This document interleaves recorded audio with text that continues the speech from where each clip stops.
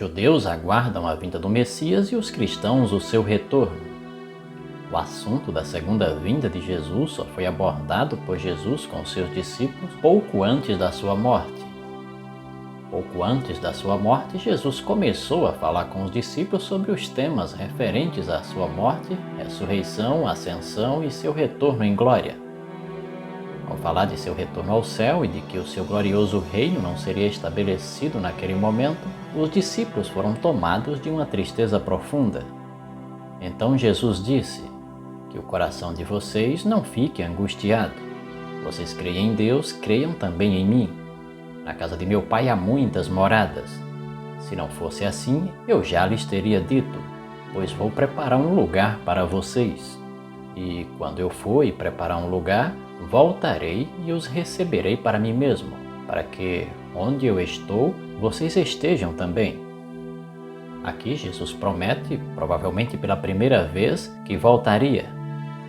Aos discípulos foi prometido que a separação não seria para sempre. Os discípulos, como judeus, nutriam a crença na vinda do Messias. Uma de suas crenças era que o Messias viria, se ausentaria por algum tempo e depois apareceria sem que ninguém esperasse, destruiria os inimigos de Israel, ressuscitaria os santos mortos, concederia vida eterna ao seu povo e estabeleceria o seu reino eterno. Este tempo era também chamado de o fim dos tempos. Pouco antes da sua morte, Jesus profetizou a destruição do templo de Jerusalém. Ele disse: vocês estão vendo todas estas coisas? Em verdade lhes digo que não ficará aqui pedra sobre pedra que não seja derrubada.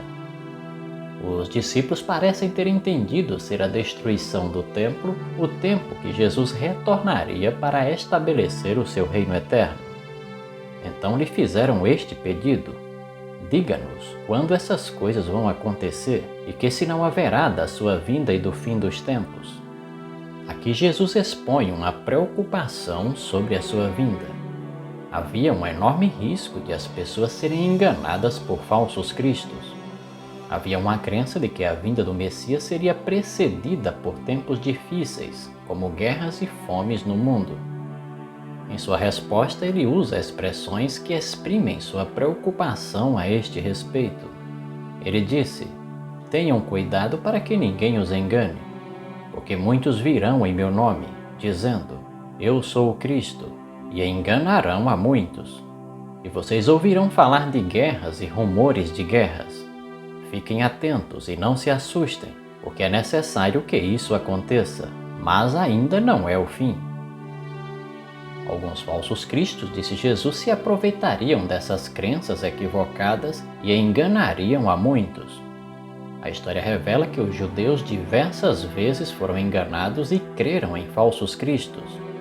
O historiador Flávio Joséfos menciona alguns desses.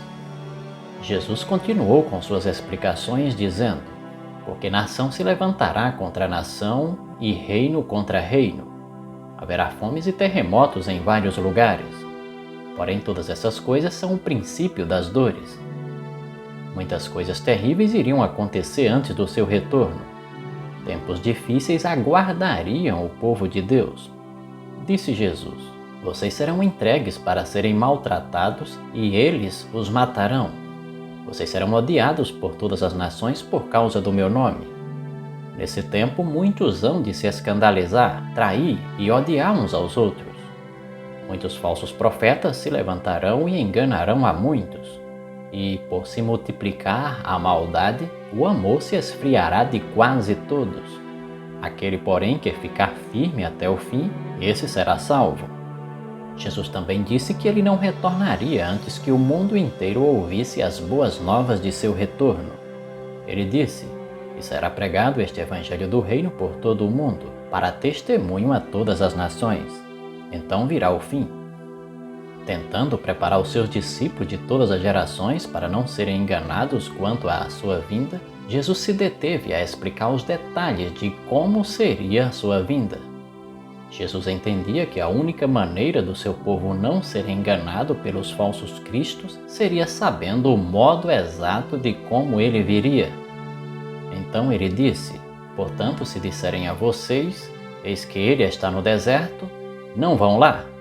Ou se disserem, eis que ele está no interior da casa, não acreditem. A vinda de Jesus não seria como muitos imaginavam. Ele não apareceria de maneira secreta. Ele então revelou o modo como viria. Disse ele, porque assim como o relâmpago sai do Oriente e brilha até o Ocidente, assim será a vinda do Filho do Homem. Como um relâmpago cruzando os céus, a sua vinda abalaria os céus e poderia ser testemunhada por todos os moradores da terra. Ele continuou, logo em seguida a tribulação daqueles dias, o sol escurecerá, a lua não dará a sua claridade, as estrelas cairão do firmamento e os poderes do céu serão abalados. Então aparecerá no céu o sinal do Filho do Homem. Todos os povos da terra se lamentarão e verão o Filho do Homem vindo sobre as nuvens do céu com poder e grande glória.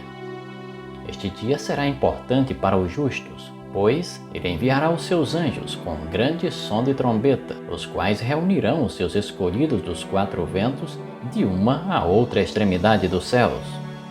A vinda de Jesus será um evento glorioso, jamais poderá ser imitada em sua plenitude.